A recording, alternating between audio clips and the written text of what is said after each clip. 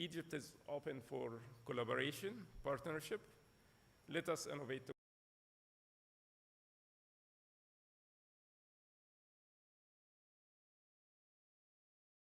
Thank you, Mr.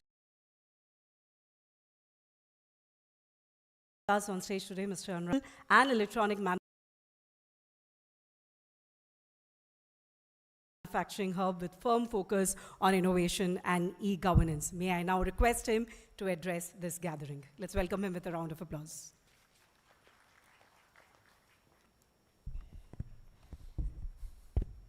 Thank you. Honorable Minister, sir, dignitaries on the dais, and our friends in this hall. I feel a bit emotional while being in this hall because if it would not have been my friends from Odisha, I probably privileged and thankful to give me this dais to share that. So I was studying in JNU and I was blessed with two individuals who were my roommates and the best human beings from Odisha. Both of them are in the service, and both of them have been, I would be grateful about being in Bhubaneswar, being in Odisha, and I feel privileged to be amongst you. Coming to the topic today, to the conference, which is probably no longer we have this question that what will be the future. It's just a matter of deciding how the future which we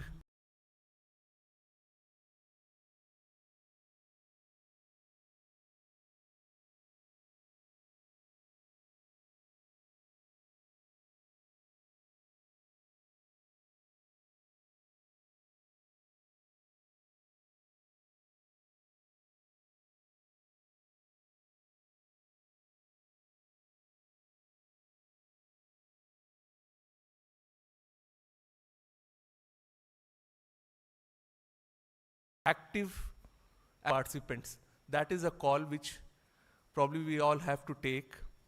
And I believe already under national mission, the call has been taken that India will be the active participant, active actor for AI, and the states are going to be playing that role.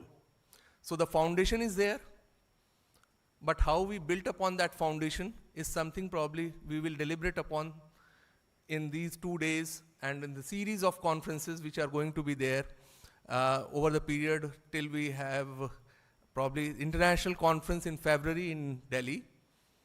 So I feel whatever is gathered today in this hall would be extremely valuable for everyone, for all the stakeholders, and we will be able to work upon to take AI as a friend rather than as I won't say foe as such, but yes, we are worried. A three-pronged strategy. One, where we are trying to make AI accessible to all, in a sense that it's a structure. So everybody should be aware, put it in the curriculum for the children, to the employees who are in the government organizations, to the faculties in the university, know and understand and play their role into how AI mission is going to work for the country, for the society. Making it sustainable. Sustainability is very important because whether it is energy sustainability or sustaining it from the point of view of society, it's very important how we use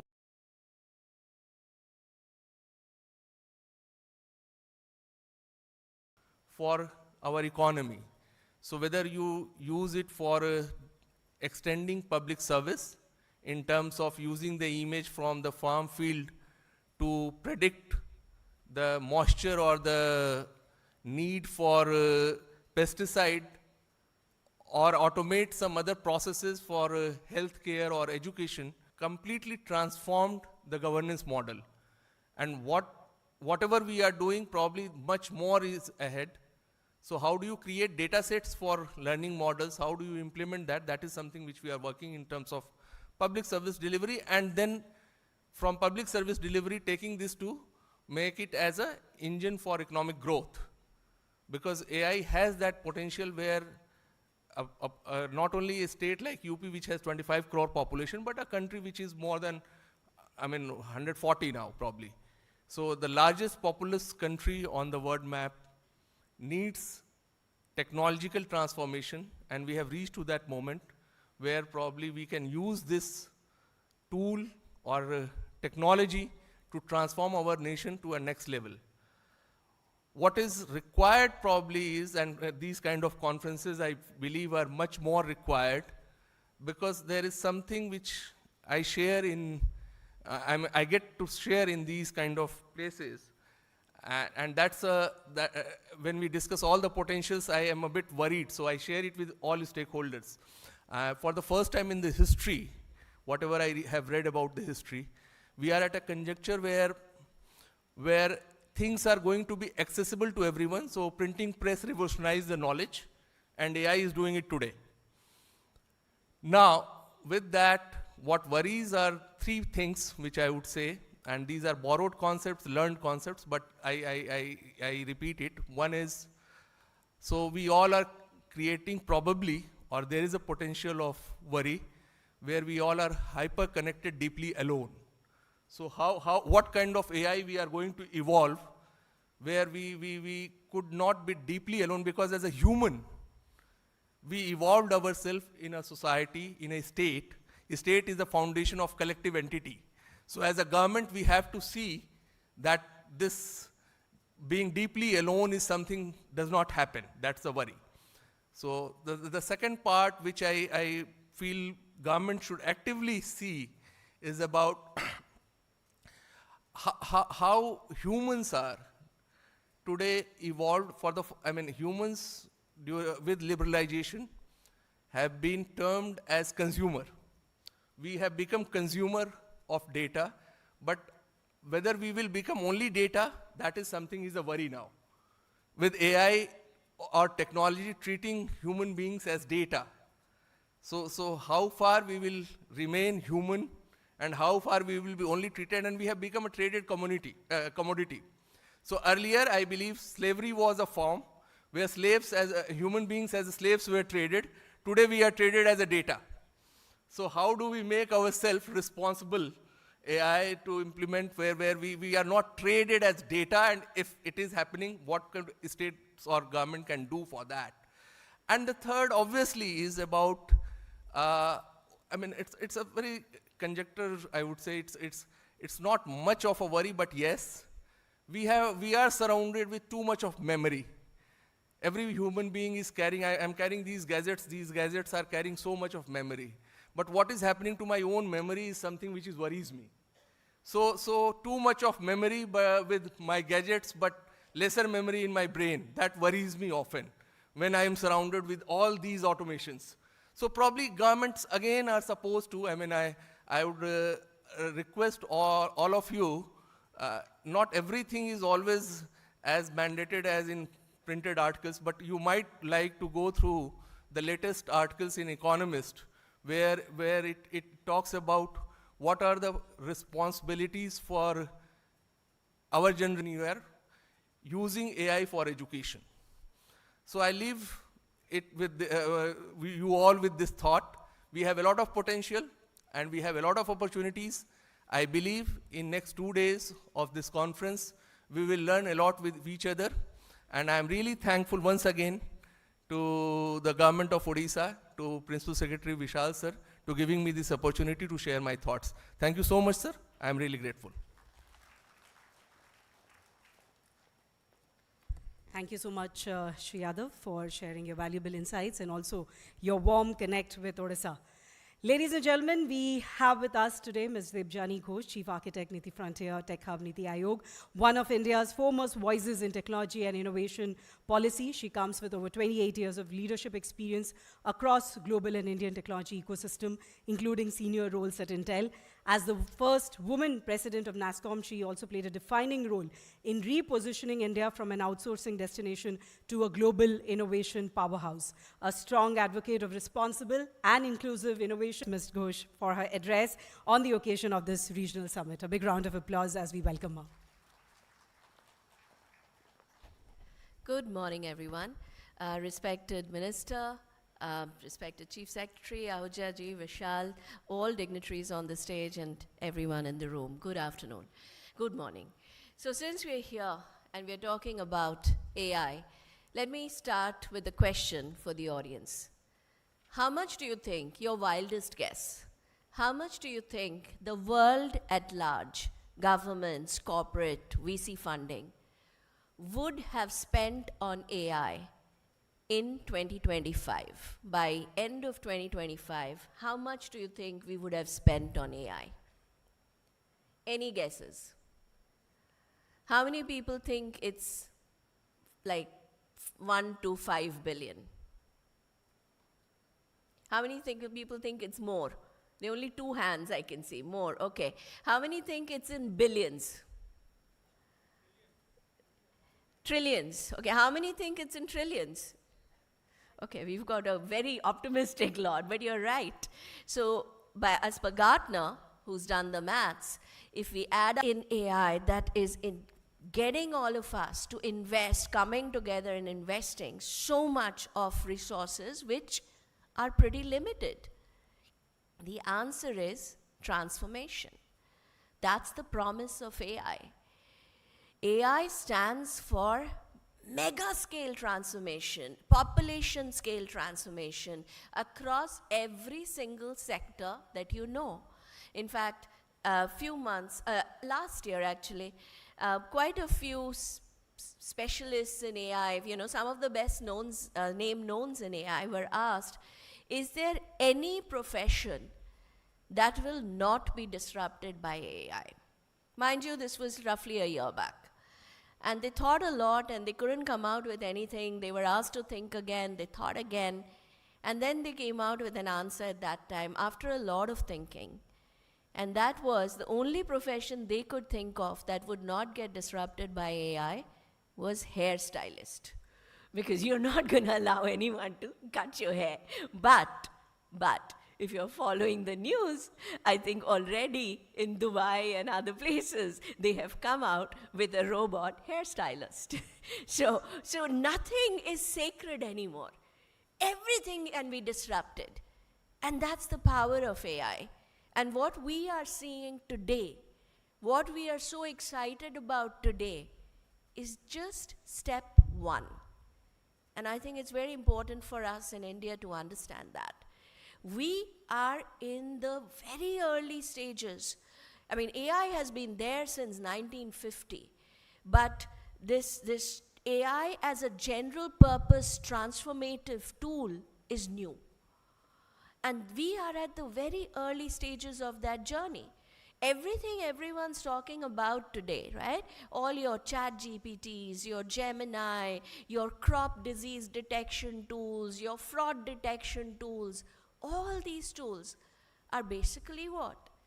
They perceive your inputs, text, image, video, and then they are able to predict what's next based on the vast knowledge that they have been trained on. So it's a very simple still perceive and predict stage. Now comes, interestingly, I think we are in the early stages where you add to that the ability to act autonomously. And that's the rise of what you call AI agents. Is anyone in this room using AI agents? Okay. I'm great to see so many hands up. I mean, I use Comet, which is available. And one of the things, because I don't have a lot of time to think about what to cook or what should be cooked at home, one of the things I love doing on Comet is saying, I want to make, today I want to have this for dinner, say, paneer something for dinner. it will on its own figure out the ingredients. It will go place the order on Amazon grocery, which is what I use. And then the only thing it can pay, if I give it my credit card details, it will also make the payment. But the only thing I have kept as a safety is, before it pays, it comes and asks me, so I can put in my PIN, and I'm not going to give my PIN to it, but you can program it that way, right? So AI agents are end-to-end. They will automate processes fully without human intervention, or you can build in human intervention as needed for security. And right now, it's still early stages where they can handle these simple processes. But in this case, I'm not telling it, go buy paneer, go buy palak, go buy this. I'm just saying I need to make palak paneer. It will go figure out what are the ingredients needed, and then it will buy, right? So this is the beauty, and there's so many different uses today already, especially in healthcare and financial services, and I think that's still early. In my guess is 1 to 2 years, we will see AI agents becoming mainstream, and automation, end-to-end automation becoming mainstream. And that, added to that, is the third stage, where your systems or your machines, and yes, I'm old school AI, so for me AI is still machine learning and deep learning, so I still call it a machine. When your machine starts knowing how to reason, while we say there are foundation models that can reason today, but the consistent stability is still lacking. And reason means what? Dealing with unstructured problems, evaluating trade-offs, which AI cannot do today. And then the last phase is where AI becomes Isaac Newton or Einstein. For example, if you take your favorite AI model and you feed in lots of data on apples falling, do you think, without training, do you think it will come out suddenly on its own with the law of gravity? It won't. It will calculate speed, it will tell you average speed, it will tell you what happens to the apple when it falls, it will tell you all of that.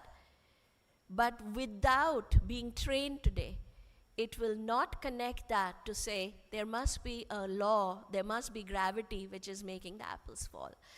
That's the difference today, and we should really, really think about it hard. That is what separates us from AI today. So when you talk about human intelligence versus artificial intelligence, it's not just how much we know.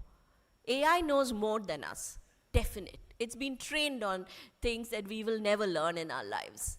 But ability to take that knowledge and think across domains, think of possibilities, think of what is possible, unknown, dealing with the unknown, is what we humans can do. That's human intelligence. That's human reasoning. And yes, there is a lot of enthusiasm to get AI to that stage, what they call artificial general intelligence or AGI, and that I think is sort of where AI pretty much becomes human or better than human. I honestly question what's the need, but that's where the direction is, and that's what we are going to. But this journey, when you understand that where we are today is just the beginning, just the tip of the iceberg, and you understand what's coming, that investment starts making sense. Because that investment is going in to make sure, countries are making sure that they are the ones who can control the supply chain, the value chain that is getting built. Because imagine the power that you will have in hand when AI can reach the capabilities that I talked about. And the question is, what should be India's role in this? How do we differentiate what we do versus, say, what all other countries are doing? Or what should be the global South's role? I think that's a very important question. And my personal belief here is, I think in this discussion and in this obsession we have to ensure that AI becomes absolutely human-like, better than humans, somewhere we are putting humans at the sidelines. and I think Anurag referred to this. The AI framework has taken the human out, put them in the sidelines, and it's all become about the technology and what the technology can do. I think that's a very, very dangerous world we are living in. We center of the loop. That's what human centricity means. It's not just building AI to help humans. It's ensuring that in this hyper digital AI world, humans live with purpose, we live with dignity, we live with respect, and we live with meaning. That's what, to me, that's what human centricity means. And I think India and the Global South has to play the role of changing the narrative that is shaping today, where it's an AI first world. I hate that statement. I think we have to move it to a human first world that's augmented by AI. And of course, states in India have to lead from the front. If India has to do it, states have to do it first. And here, first of all, congratulations to Odisha for organizing this summit. Niti are doing with Odisha on AI, because unlike many others, rather than rushing in and saying we are going to build a lot of compute or we are going to build this or build that, Odisha has decided to focus on the most important element or imperative of AI, data. Because in AI, your AI is as good as your data. If your data quality is good, it's trusted, your AI results will be fantastic. If your data is bad, your AI results will be bad. And very few people are thinking about that. So my congratulations and my tremendous gratitude to both Vishalji and Ahujaji for understanding this right from the beginning and saying that we will start with focus on data. And as Niti Frontier Tech Hub, we're very, very privileged to work with them. And we'll be starting this work very soon to roll out a process to see how data quality. First step is, how do we ensure data quality is top-notch? How do we build the data flow work process starting at the district level and create that framework? And if we are successful, I think that can be a huge contribution towards strengthening India's overall AI play. So with that, thank you once again, and thank you for having me. Thank you, Ms. Ghosh, for your very interesting, insightful, and informative address. Ladies and gentlemen, we are very privileged to have with us Manoj Ahuja, Chief Secretary, Government of Odisha. As the head of Odisha's administration, he has always advocated for integration of AI in governance and service delivery, and with a clear focus on efficiency, transparency, and citizen convenience, he has emphasized on the use of AI to simplify citizen-government interaction. I'll request him to address this gathering. Good morning, everyone. The chief guest of today's function for the Regional AI Impact Summit 2025, the Honorable Minister, Electronics and IT, Government of Odisha, distinguished dignitaries on the dais, distinguished members for this workshop, and guests. A very warm welcome to all of you for this Regional AI Impact Summit 2025.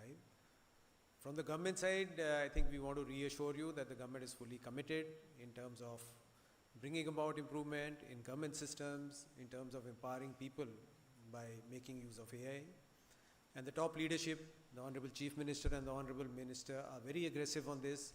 The Honorable Chief Minister could not join us today because he is not in Bhubaneswar, but we do have a message, a recorded message from him, which we would play, where he would expound the state's vision on AI.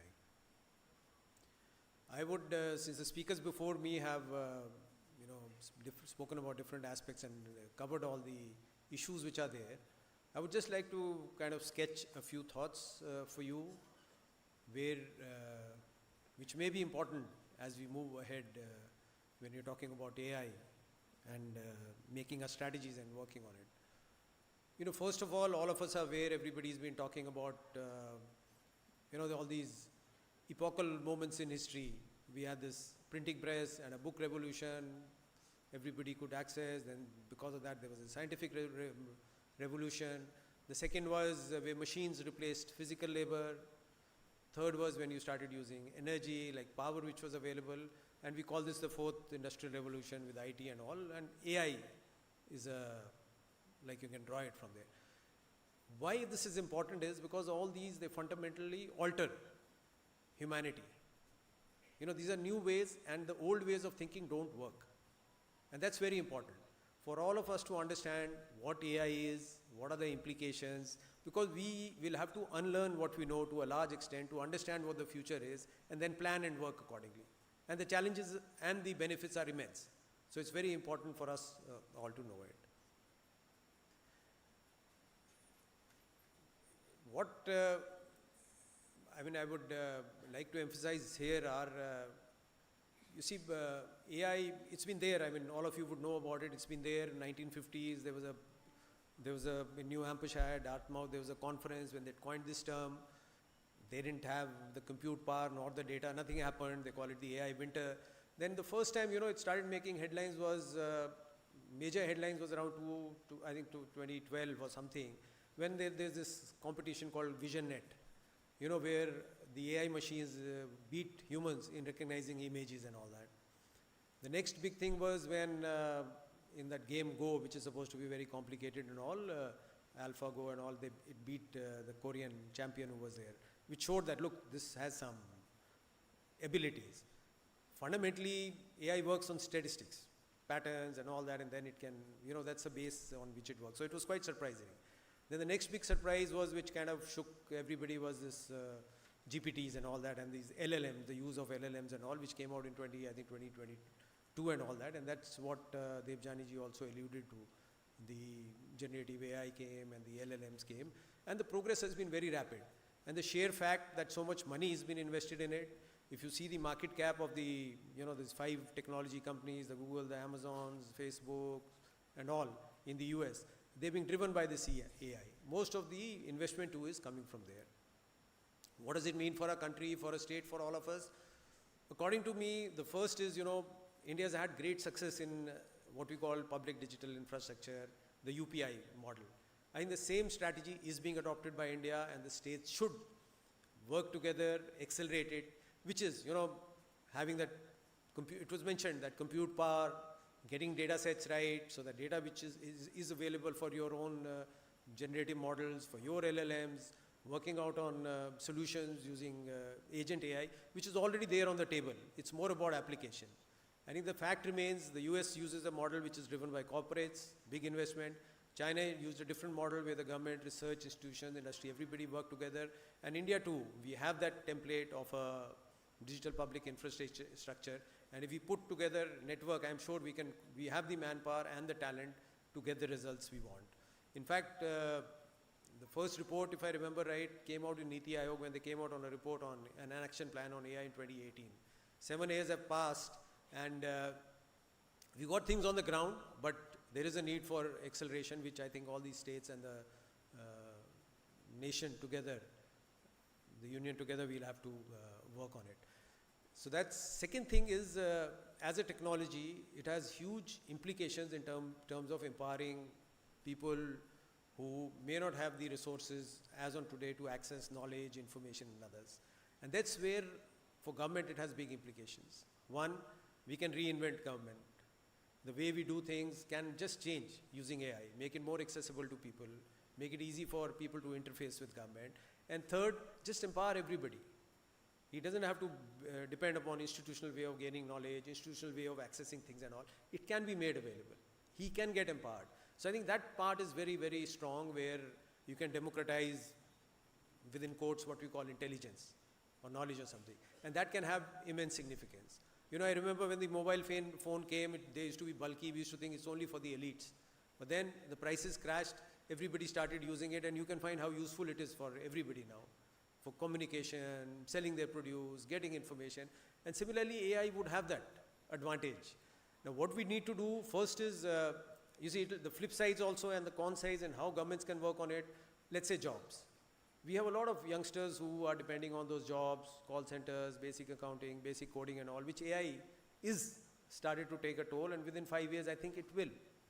What do we do as a strategy? I think our strategy has to be where we use AI for augmenting human capabilities and jobs, which will be very necessary.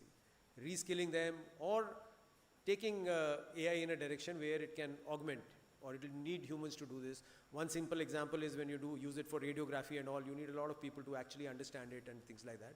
The second more bigger implication for us, which I think Debjani was mentioning in the morning, you see any country which has grown faster, either it depended on services, India is dependent on a lot of these jobs in the IT sector, or manufacturing. And one of the reasons why these countries did well in manufacturing was their advantage in low-priced labor which was available in logistics. Now, if you make everything automated, you know, there's no reason why factories would come to India or other places like Vietnam and others where labor is cheap and they have a comparative advantage. It'll go to Western countries where you can just put AI robots and all the manufacturing is done, which is already happening. So I think we have to think deeply about these issues. The issue of jobs, what does it mean for us? How do we work in that direction? Other incidental things which again speakers mentioned, the second would be the ethics part. You've seen fake news, its ability to spread misinformation, what can be done, just the fact what is real, what is true, and that's also a skill. I mean, this generation would have to learn that. And that, all those things, I mean, these are new things we don't know. We assumed, you know, when the printing press was there, you assumed what is written there. Since it was written by learned people, you assumed it was true. Now you don't know. So that's another skill, I think, as human beings, we would have to pick up. The impact on society, individuals, Anurag pointed out, is going to be huge. We do not know how to relate to it. What is the psychological impact? What is the impact on society? What do we do about it? Another one where a lot of people, Europe has come out with a regulation on AI, and I think OpenAI and a lot of them talk about responsible AI. The fact, you know, it's being pushed by a lot of investment and we don't know what we are creating. Can it have implications for humanity as a whole? Can it go rogue? You know, you build a code and then you give it the ability to itself, you know, develop something. Not even that Newton stage, but something it can go. So can it go rogue? You give it a command, it doesn't listen and do something else? We don't know. So the point I'm making is that all of us have to be invested in this as a technology. I think Honorable Minister was also suggesting that we should, every citizen, we've already taken out a circular where all the officers should train themselves in AI, and we're using it as office productivity tools. But every citizen should have familiarity, have an understanding, how it can empower him. I mean, that's also very important. And these issues we need to work on. And mostly, you know, like Vishal pointed out, we are having 4 workshops concurrently in Bhubaneswar on AI. We have to move from workshop to action. And that's where I think we have to do it jointly. The academia, the universities, the industry, individual researchers, startups, the government, work in a networked manner so that the results we envisage for the future are there and we are able to achieve that. Because the responsibilities are immense, the possibilities are immense, the downsides are also immense. And therefore, a huge onus on us who are there in policy making, who are working on it, to see that the future is bright for everybody. So again, I would welcome all of you. I think it's a very, very important topic. I do hope this workshop would come up with ideas, go deep into these issues, and I'm sure it will be very helpful when we have the AI Summit in Delhi next year. Thank you very much. Thank you, Shiroja, for your valuable insights. Ladies and gentlemen, an impactful outcome of a summit like this is the partnership it forges and the collaboration it sets in motion. Odisha is happy to have made the most of this platform to translate dialogue into action through new alliances that will strengthen our AI ecosystem and accelerate real-world implementation. On that note, may I now invite Principal Secretary of the Electronics and IT Department, Government of Odisha, Vishal Kumar Dev, to shed light on these alliances and the partnerships.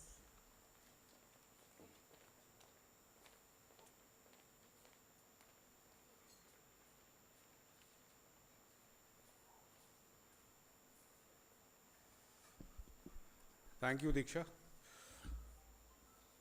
So, post the release of the AI policy and the launch of the Odisha AI mission a few months back, we have initiated implementation of a few use cases in the areas of agriculture, health, and education with various solution providers.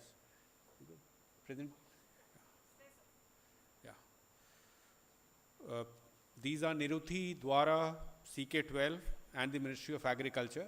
Today we are announcing new partnerships with OpenAI, with Vadhwani AI, with Sarvam, and with TCS.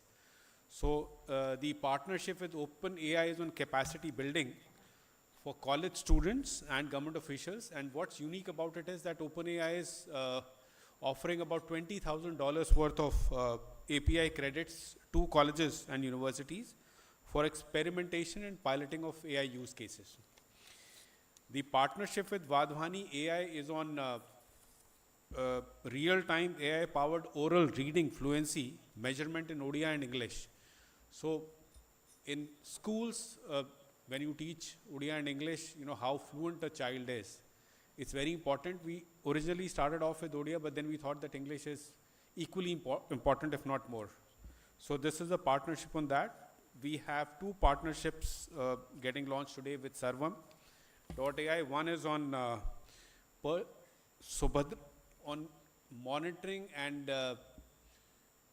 encouraging Subhadra beneficiaries to improve productive utilization of benefits. So Subhadra is a scheme which was launched when the new government came in power last year. It offers 50,000 rupees as financial support for starting enterprises and various other productive assets and organizations to women between 21 and 60 years of age. So this is a scheme which has become very successful. And the idea is, how do we monitor that the funds that are provided, 50,000, are utilized productively and effectively? So this will basically nudge the beneficiaries to move in that direction. The next partnership with Sarvam is on, again, personalized calls to rice fallow management program beneficiaries to resolve issues in scheme delivery. Rice fallow management happens to be a very important program of the Agriculture and Farmers Empowerment Department here. And this will again be using the AI. Finally, we have a system called the Odisha Secretariat Workflow Automation System. This was started way back in 2008. We were amongst the first states to take up e-file management. And we are now embedding AI in OSWAS, the Secretariat Workflow Automation System, in the government of Odisha, along with TCS. TCS is our partner. I would request all the 4 partners to please come up here. And is that a part of this, or are we doing it later? Yeah, I'm just, yes sir, we'll All call right, them for fine. a group photograph. Thank you. Thanks. Yes, thank you so much, sir. And he's already informed us about the partnerships. Some of our representatives of these partners are here, so we'd like to celebrate with them through a group photograph. So I'll request Ms. Pragya Mishra, India Head OpenAI, Ms. Prerna Bhandari, Public Sector Lead from Sarvam AI, and Ms. Ankita Biswal, a part of the management team from TCS, to please and come and join us on stage for a group photograph with our dignitaries. I'll also request our esteemed dignitaries on stage to step forward for the group photograph with our partner representatives who are here with us. Just to inform all of you, we'll also have Mr. Pratyush Kumar, co-founder of Sarvam AI, to joining in for the keynote address later today.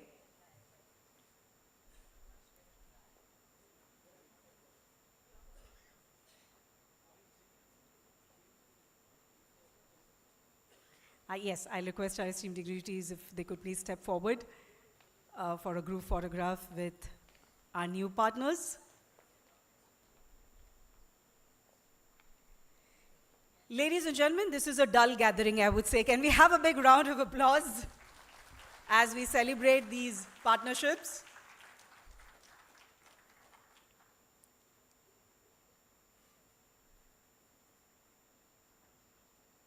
So we still need your support for the applauses. AI we can't really rely on.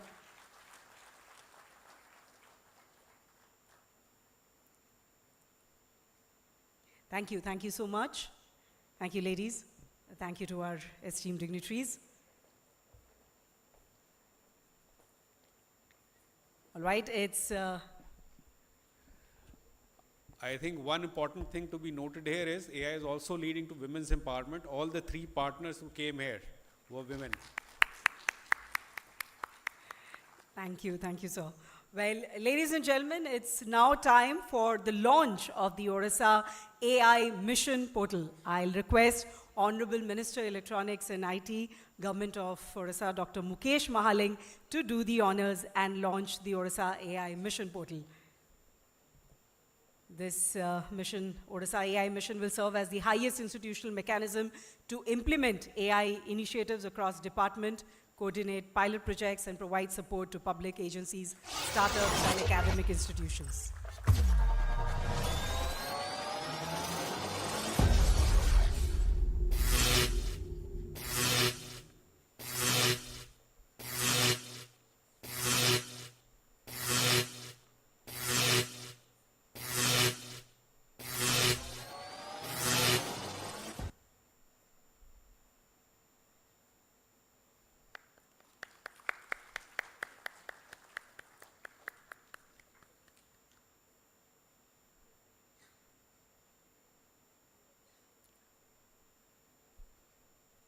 Well, thank you. That marks the launch of the mission.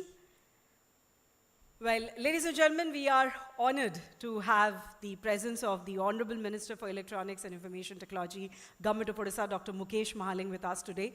Under his leadership, Odisha has emerged as one of India's earliest and most decisive movers in artificial intelligence, becoming one of the first states to notify a comprehensive AI policy and earmarking dedicated budgetary support for the Odisha AI mission. He firmly believes that AI must be applied where it matters most, in improving lives on the ground, from AI-driven initiatives in agriculture, such as coffee plantation monitoring in Koraput, or AI-led health projects focused on tracking child malnutrition, maternal mortality, and child health outcomes. His vision places people at the center of technology adoption. May I now request him to address this gathering. Let's welcome him with a warm round of applause.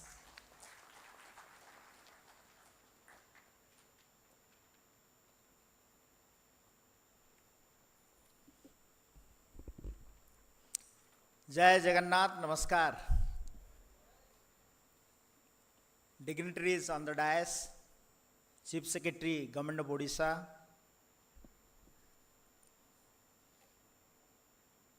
gentlemen from Government of Egypt, Chief Architect, Niti Frontier Tech Hub, Principal Secretary, IT Secretary, Government of UP, and other dignitaries on the dais, invited guests, press, media, and the special guest, invited students, young students. All of you, warm welcome to Regional AI Impact Summit 2025. It's a proud moment for us that Government of India trust upon Government of Odisha to organize the Regional AI Summit 2025 among one of the 8 states all over the India.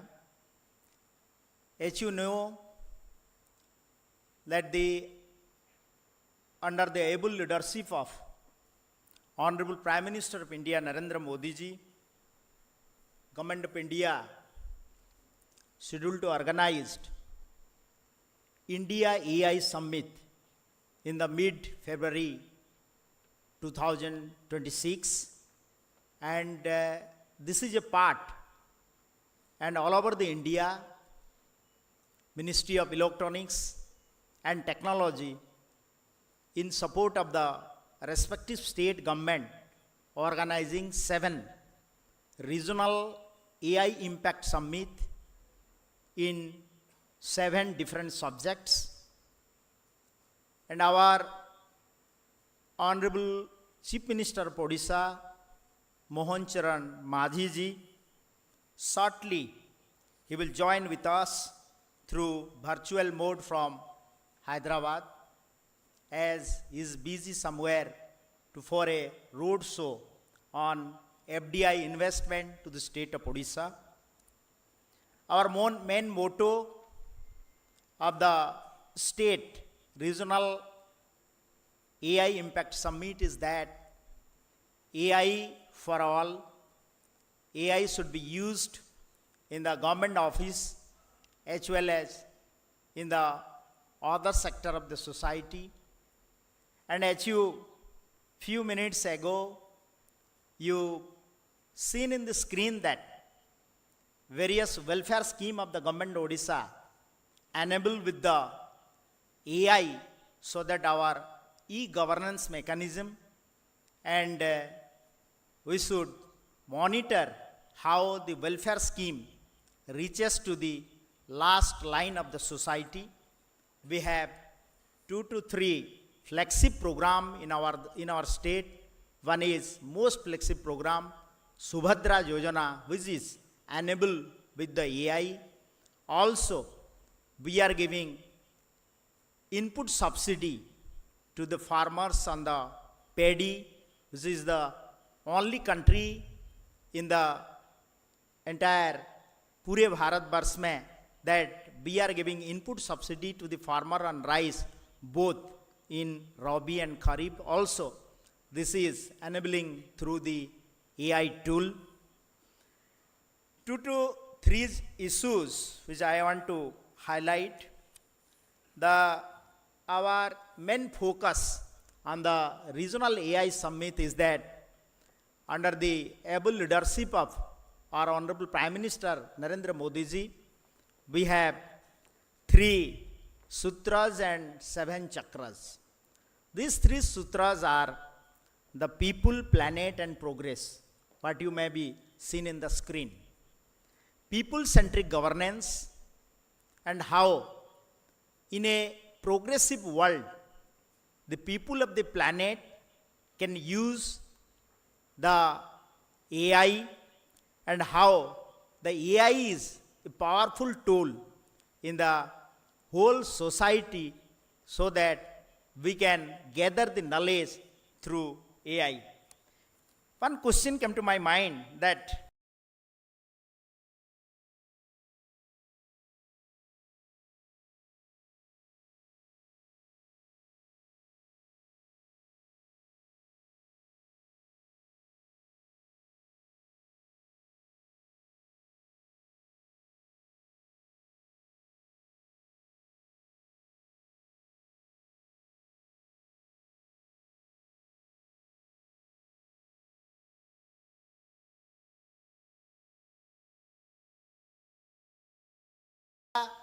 what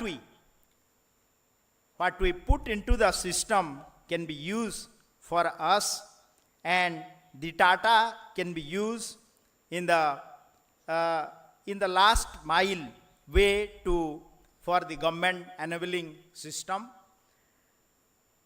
Democratizing AI resources can lead to an extreme growth of creativeness and sheer technology ecosystem. Easy accessibility of AI is the true definition of democratizing AI. AI tool should be accessible to everyone, rather restricting it to big organizations, tech grants, or major research hub. There are many Indian companies and organizations such as Yellow.ai, Observe.ai, Indo AI, and so on are providing AI tools to the mass market, which showed that even very tiny steps can transform into major changes.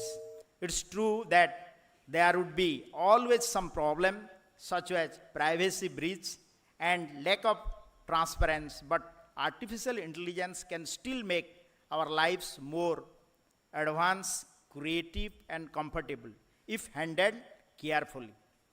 Democratization of AI could transform the dream of changing the future into reality, provided if used within reasonable ethical and oversight boundaries. That means we have to use the AI carefully, and these, out of these 7 chakras, one chakra is which is democratizing AI resources was for next 2 days we are discussing on that, and our outcome should be in a documented form, and we should be discussed in the India AI Summit at Delhi. Another 6 subject which is very important of these 7 chakras are the human capital, focusing on skill, workforce and education for the AI age.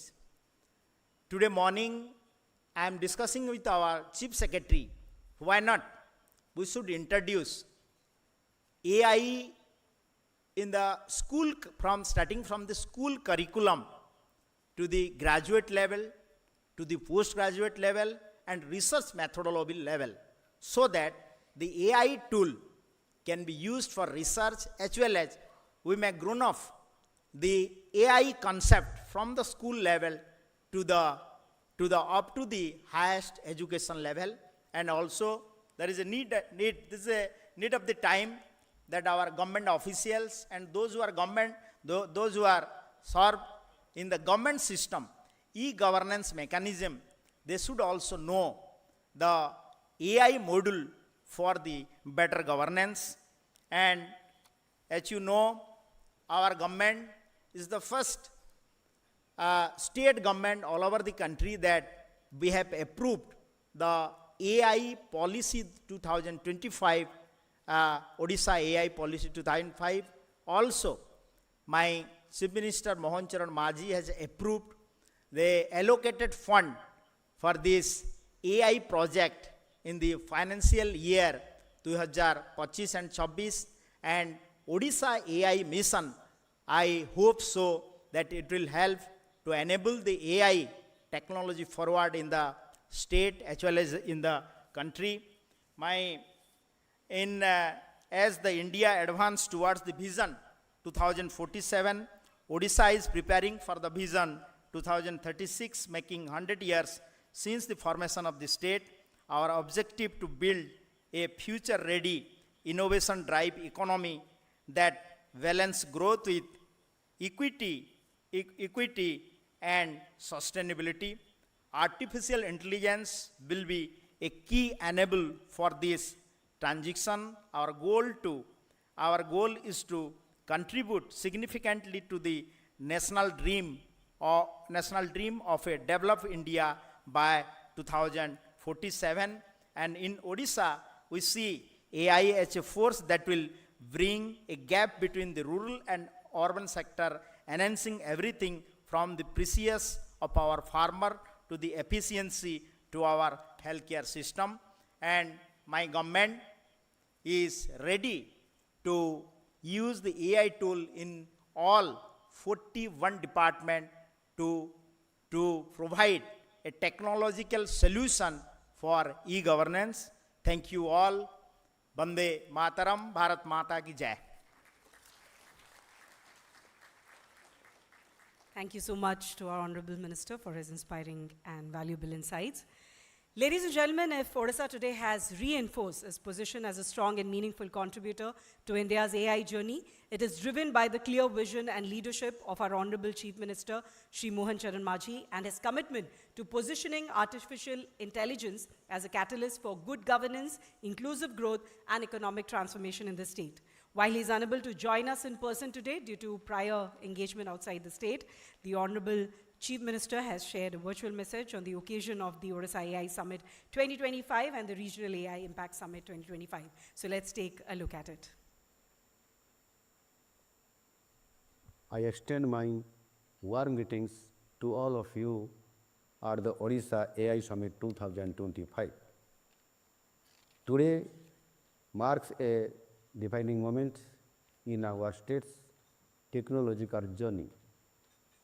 We are not merely adopting artificial intelligence we are building the foundation of an AI-powered Odisha.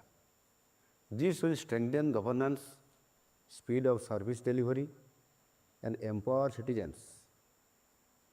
Under the double engine Sarkar, to realize the vision of Samruddh Odisha 2036 and Viksit Bharat 2047, we are taking transformative initiatives that combine industrial growth with social progress.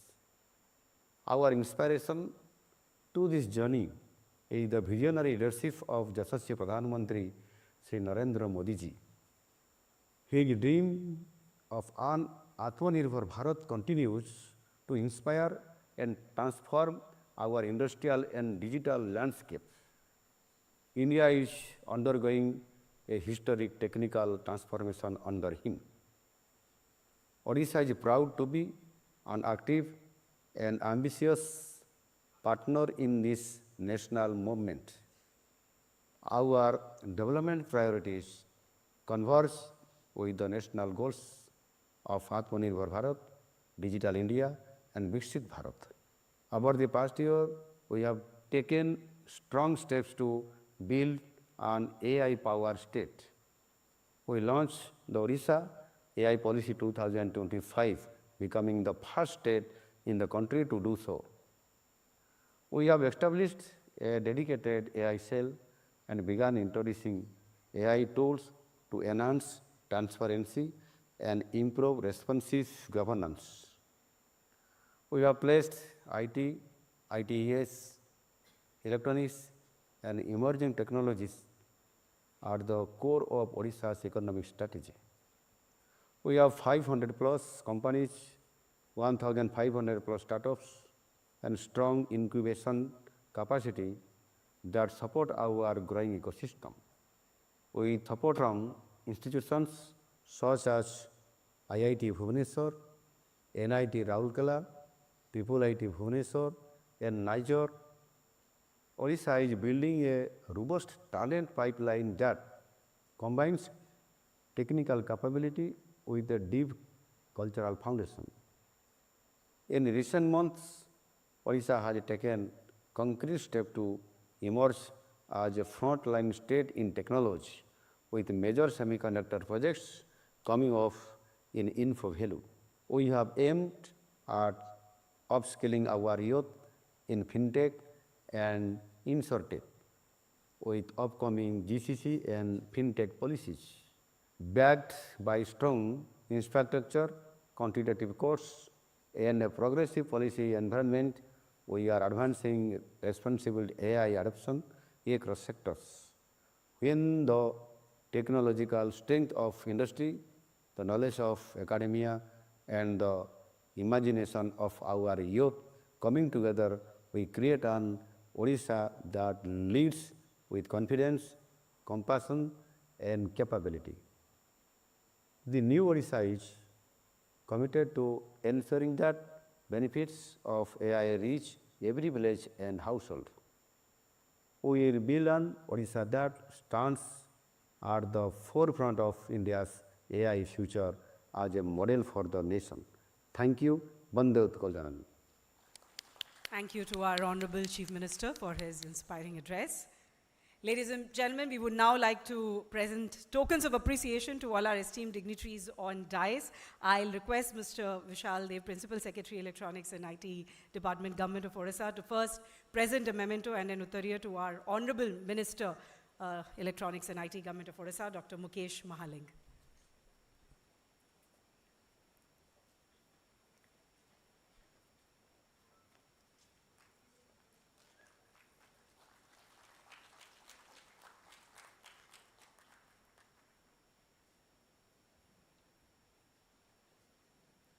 An uttariya and memento as a token of appreciation. I'll also request him to present one to Shri Manoj Ahuja, Chief Secretary, Government of Odisha.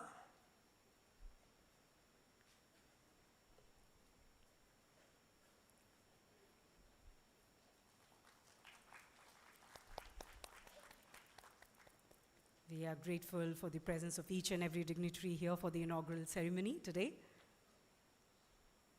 one for Ms. Debjani Ghosh, Chief Architect, Niti Frontier Tech Hub. Just to inform that this is to all our dignitaries from outside. Tarakasi, this is a century-old art from Cuttack, where fine silver wires have been intricately woven into showpieces. So that's the memento, and an uttariya as a mark of respect. Thank you. I'll now request Mr. Manas Ranjan Panda, Special Secretary, Electronics and IT Department, Government of Odisha, to present a memento to Mr. Anurag Yadav, Principal Secretary, IT and Electronics, Government of Uttar Pradesh.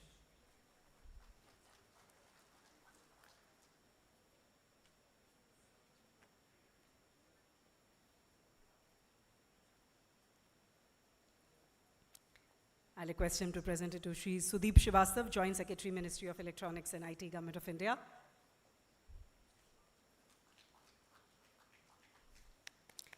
Yes, I think, the crowd is not really very generous in applauding, so we would appreciate a bit of generosity. Thank you. And of course to Mr. Ahmed Hafnavi, AI governance expert from Egypt.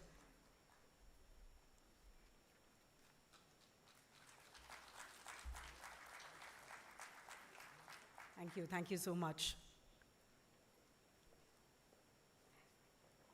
I would now request Shri Manas Ranjan Panda, Special Secretary, Electronics and IT, Government of Odisha, and MD OCAC to deliver the vote of thanks.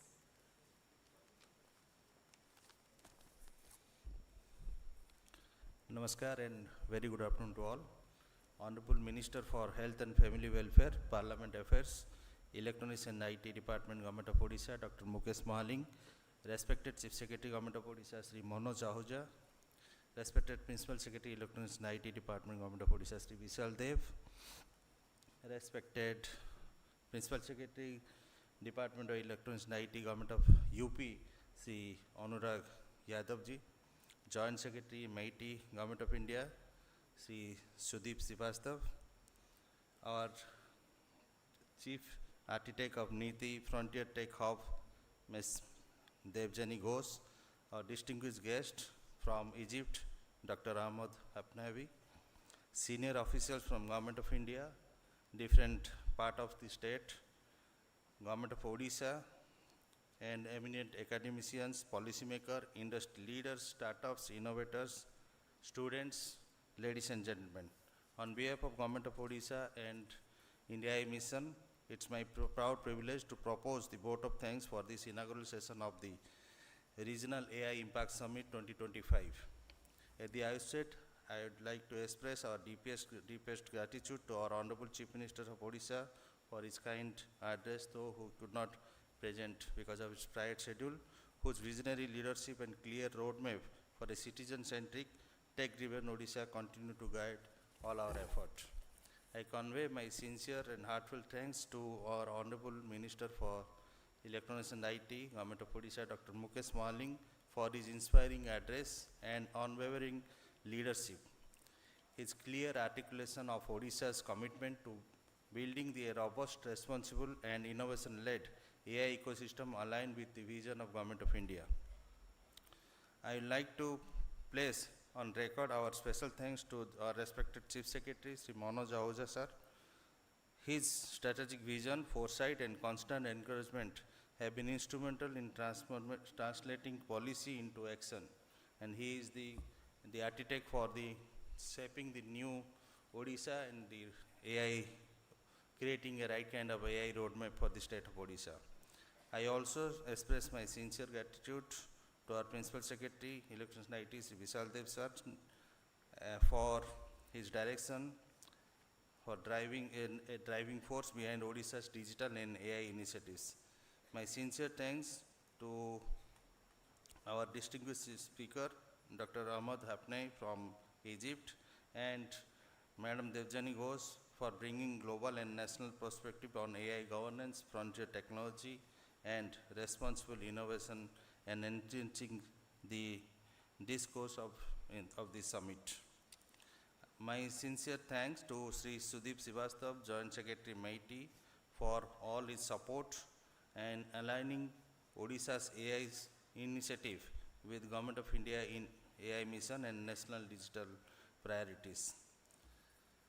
A special thank to all our stakeholders, including the AHRC Center, Artificial Intelligence High Performance Research Center, which is established within IIT Bhubaneswar, Professor Nanda and entire his team for all their support. Thank to the OSA member from present here, Dr.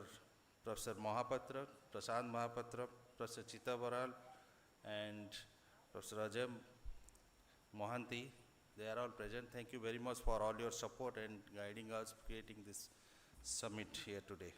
I thank all the delegates who come from all the way for this summit, senior official from Government of India, different part of the state, Government of Odisha, our industry partners, startups, researchers, academy institutes, and for all their active participation and valuable contribution. The summit clearly reflects Odisha's commitment to collaboration, bringing together government, academy, industry, and society to move from policy to practice and from idea to impact. As we proceed with the session ahead, I am confident that the discussion and partnership forged here will translate into meaningful outcome for governance, service delivery, and economic growth. Once again, thank you all for all your presence, your insight and commitment. Thank you. I wish a great success. Thank you very much. Thank you so much, Shripanda, for that. And ladies and gentlemen, with that, we come to the end of the inaugural ceremony. We would once again like to thank Honorable Minister and all our esteemed dignitaries for gracing the inaugural ceremony. I'll now, in fact, request our Honorable Minister and all esteemed dignitaries to proceed to visit the stalls set up by the startups. And, of course, I'll also request after that the Honorable Minister to inaugurate the experience zone accompanied by all our other dignitaries. Thank you. Thank you so much. We'll be resuming the sessions, the breakout sessions by 12:45 in 30 minutes. So there's also a short tea break. So you can enjoy your hot cup of tea and then come back for the breakout sessions.